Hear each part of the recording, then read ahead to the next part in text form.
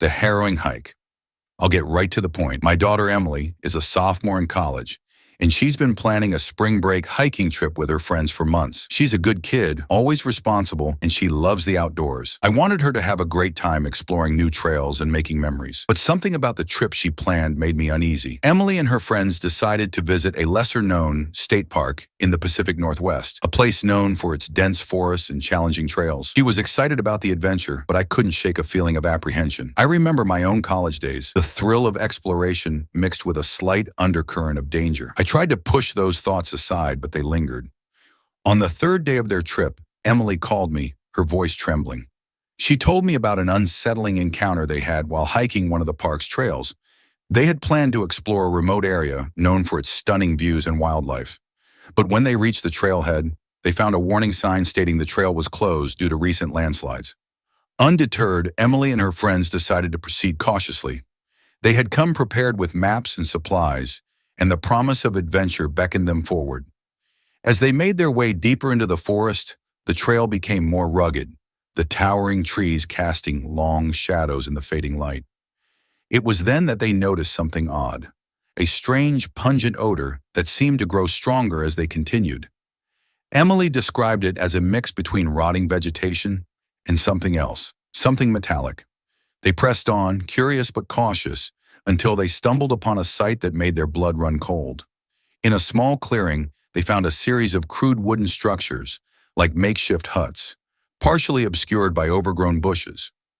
Inside one of the huts, they saw what appeared to be crude hunting tools, sharpened sticks, and animal bones scattered about.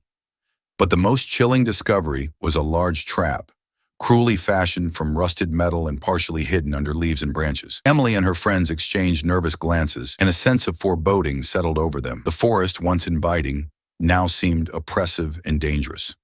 They decided to turn back, but as they retraced their steps, they heard something, or someone, moving in the underbrush just out of sight. Panic set in, and they quickened their pace, trying to maintain their composure. The rustling continued, sometimes closer, sometimes further away, but always there, just beyond their vision. Emily's heart raced as she urged her friends to keep moving, her instincts screaming that they were being watched. As they neared the trailhead, they finally saw what or who had been following them. A figure emerged from the trees, clad in tattered clothing and with a wild, unkempt appearance. The person didn't speak, just stood there, watching them with eyes that seemed both curious and predatory. Emily and her friends didn't wait to find out what the figure wanted. They sprinted the final distance to their car, adrenaline propelling them forward. Once inside, they locked the doors and drove away, hearts pounding and minds reeling from the encounter. When Emily finished telling me the story, I felt a mix of relief and lingering worry. She and her friends were safe, but the experience had left them shaken. It served as a grim reminder of the unpredictability of the wilderness and the hidden dangers that can lurk in even the most beautiful places. Emily's adventure was a lesson learned, a reminder to trust one's instincts and heed warnings, no matter how enticing the adventure might seem.